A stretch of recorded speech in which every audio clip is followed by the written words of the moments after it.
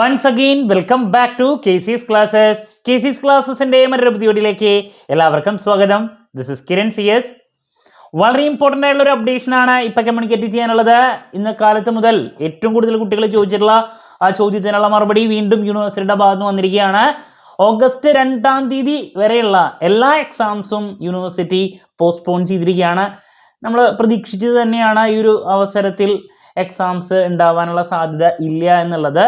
So നമുക്ക് എന്തെങ്കിലും ആ നോട്ടിഫിക്കേഷൻ ഡീറ്റെയിൽസിലോട്ട് പോകാം. ഇതാണ്: It is notified for the information of all concerned that all university examinations, including special examinations, re-examinations, and one-time regular supplementary examinations for the candidates of affiliated colleges, university centers, affiliated training colleges, university teacher education centers, Center for Distance and Online Education, private registration scheduled to be conducted on 1/8/2024 Thursday and 2/8/2024 Friday stands postponed.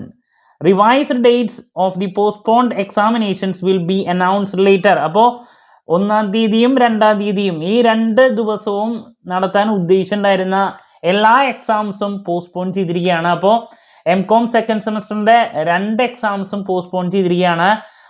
Management സയൻസും ഉണ്ടായിരുന്നു, strategy cost accounting ഉണ്ടായിരുന്നു.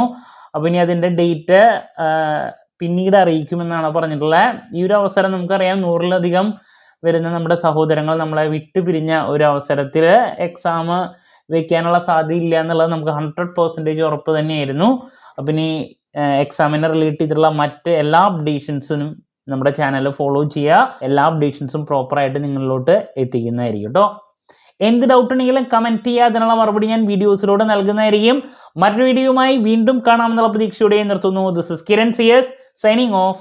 Have a nice day. Thank U.